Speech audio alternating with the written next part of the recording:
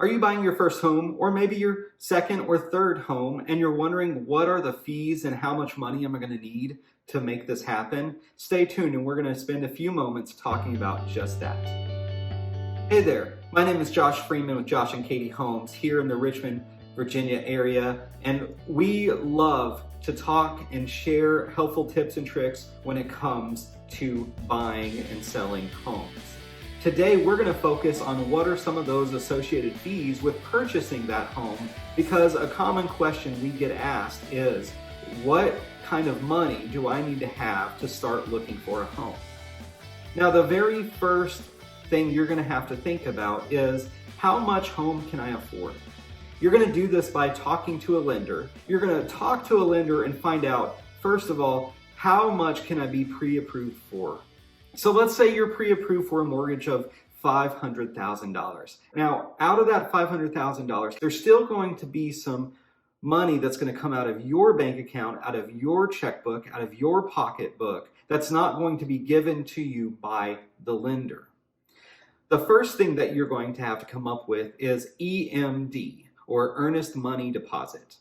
And the earnest money deposit is when you give a contract to the seller and the seller agrees and says, I want to sell you my home for $500,000, and they put that signature on it. You're going to have a few days to get EMD to an escrow account.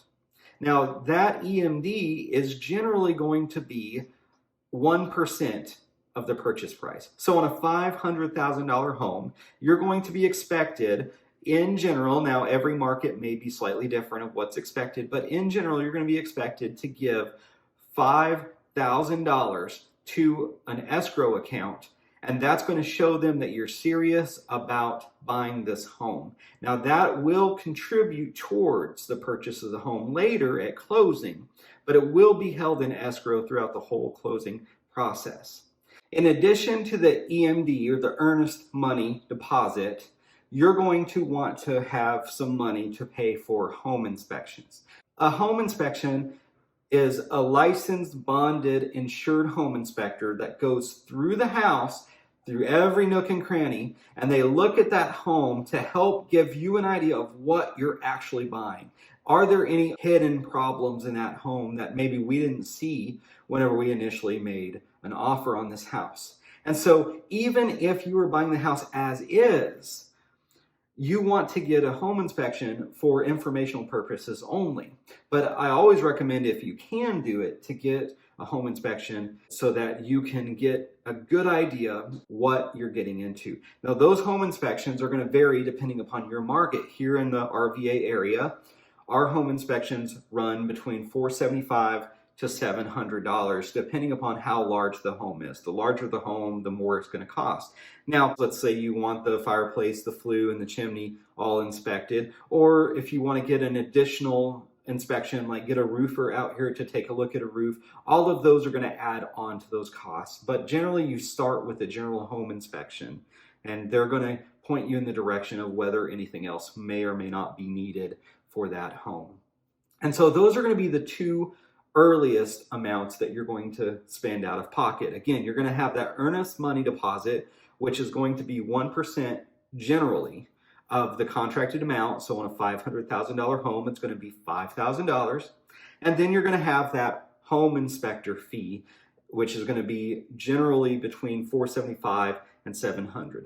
Now, there are other fees as well that you're going to be paying, and most of these fees are going to come out on the back end. That means when you go to the closing table is when most of these other fees are going to be paid. So one of those fees is going to be your title policy insurance. This is something that I highly recommend clients to get because it insures you in the event that there's an issue with the title down the road and someone tries to lay claim to it.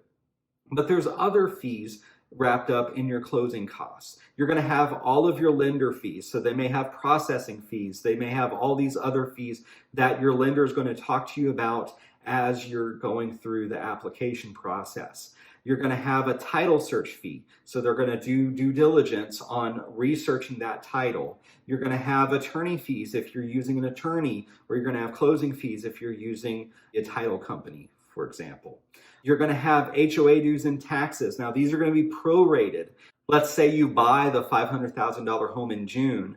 Well, the seller has already prepaid the HOA if it's in an HOA, and it's already prepaid the property taxes for that year. So we're going to give them a credit, and then you're going to be paying the remainder of the year for both of those, HOA and the taxes. Now, with a new build, some of this stuff gets a little bit slightly different, but it's all going to still be there for the most part.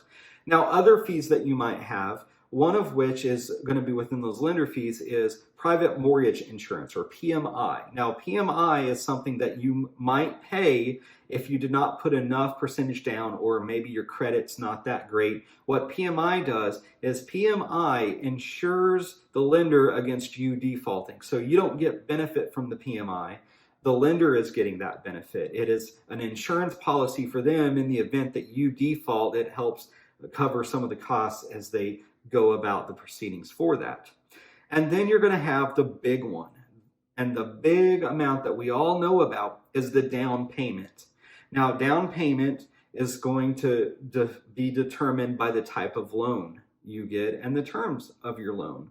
So if you have a mortgage that requires a $0 down, you're not going to have a down payment at closing. So a lot of VA loans, they use VA loans because it's 0% down.